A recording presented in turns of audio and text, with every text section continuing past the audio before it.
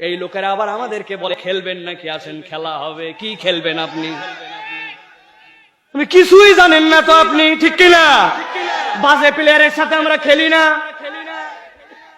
Foul খেলা আমরা খেলি না, ঠিক কিনা? এখন এই মুরব্বী সম্মানিত মানুষ কোন একটা পোলা পানি এলাকার এসে যদি বলে চাচা আসেন নাকি আপনি আমার সাথে ফুটবল খেলে পারবেন নাকি, মুরব্বী কি বলবে? এক থাপ্পড় দেব, বেয়াদব। আমার বয়স আর তোর বয়স জানিস নাকি? তোর সাথে কি আমার খেলার বয়স নাকি? বেয়াদব, এরকম করে কথা বলিস কিনা? চাচাই কথা বলবেন কিনা? বলবে কিনা? এখন কেউ যদি আলেম ওলামাকে বলে খেলা হবে খেলা হবে, আমরা কি ছাগল নাকি? তোমাদের মতো ফাউল প্লেয়ারের সাথে খেলার সময় আছে নাকি? যখন খেলা লাগবে আলেমরা খেলছে। বাংলাদেশে করোনার সময়ে যখন কেউ ছিল না, আলেমরা হাজার হাজার মানুষকে দাফন করাইছে।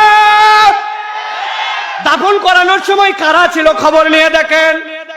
চট্টগ্রামের মানাহিলের খবর নেন, ফেসবুকে সার্চ দেন মানাহিল লেখে, কেউ নাই। 5 জন 6 জন আলেম জীবনের মায়াকে উপেক্ষা করে কোরআনের বিধান মোতাবেক এই মানুষগুলার আদর করে করে নামায় দিছে, কবরের মধ্যে দাফন দিছে। ভয়ে ভয়ে সবাই নাই, নিজের সন্তান পর্যন্ত নাই।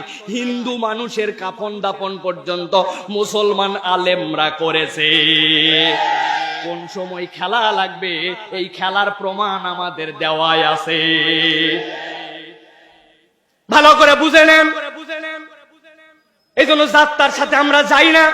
ইসলামী জ্ঞান আমাদের মধ্যে কিছু লাগবে, লাগবে কিনা?